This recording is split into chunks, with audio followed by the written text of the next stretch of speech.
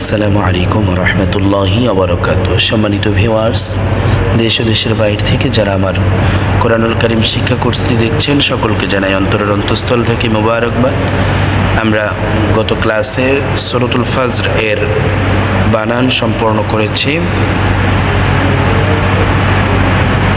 আজ আমরা ইনশাল্লাহ সূরাতুল ফজরের রিডিং কমপ্লিট করব ইনশাল্লাহ।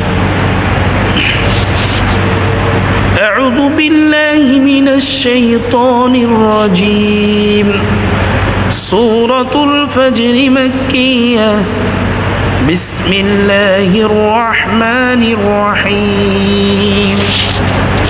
والفجر وليال عشر والشفع والوتر والليل إذا يسر هل في ذلك قسم لذي حجر ألم تر كيف فعل ربك بعاد إرم ذات العماد التي لم يخلق مثلها في البلاد. সম্মানিত ভিউয়ার্স, এই যে বিলাদ, ইমাদ, এই যে দা একটা ধাক্কা দেওয়া, এটা হলো কলকলার হরফ, এটা কলকলায় কুব্র, তো সেজন্য ধাক্কা দিয়ে পড়তে হচ্ছে। অতএব কলকলার হরফ পড়িয়েছিলাম যে কলকলার হরফ 5টে, কফ তো বা জিম দাল, এই 5 হরফের জজম হলে কলকলা করিয়া পড়িতে হয়, এবং এই 5 হরফের পরে আয়াত আসিলে ওয়াকফ হইলে কলকলায় কুব্র করিয়া পড়িতে হয়। আশা করি সকলে বুঝতে পেরেছেন। যদি না বুঝেন তাহলে অবশ্যই কমেন্ট বক্সে কমেন্ট করবেন। وثمود الذين جابوا الصخر بالواد وفرعون ذي الأوتاد الذين طغوا في البلاد فأكثروا فيها الفساد فصب عليهم ربك سوط عذاب إن ربك لبالمرصاد فأما الإنسان إذا ما ابتلاه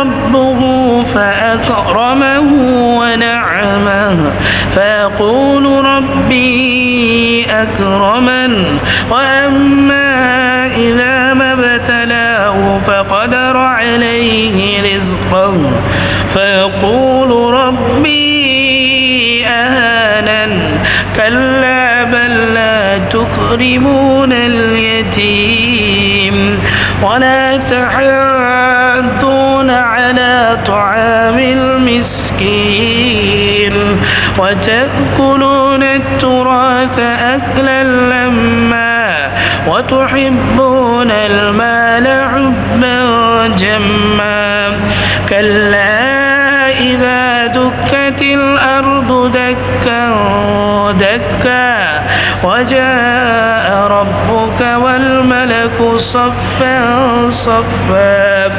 وجيء يومئذ بجهنم يومئذ يتذكر الإنسان وأنى له الذكرى يقول يا ليتني قدمت لحياتي فيومئذ لا يعذب عذابه أحد ولا يوثق وثاقه أحد يا أيتها النفس المطمئنة ارجعي إلى ربك راضية مرضية فادخلي في عبادي وادخلي جنتي. صدق الله المولان العظيم وصدق رسوله النبي الحبيب الكريم. সম্মানিত ভিউয়ার্স, আজ এই পর্যন্তই। সকলে একটু ভালো করে বাসায় প্র্যাকটিস করবেন। আল্লাহ পাক রব্বুল আলামিন সকলকে পবিত্র কোরআনুল কারীমের সহিহ বুঝদান করুক। সকলে বলি আমিন। আজীব এখানেই শেষ করলাম। ওয়া আলাইনা ইল্লাল বালাগ। আসসালামু আলাইকুম ওয়া রাহমাতুল্লাহি ওয়া বারাকাতুহু।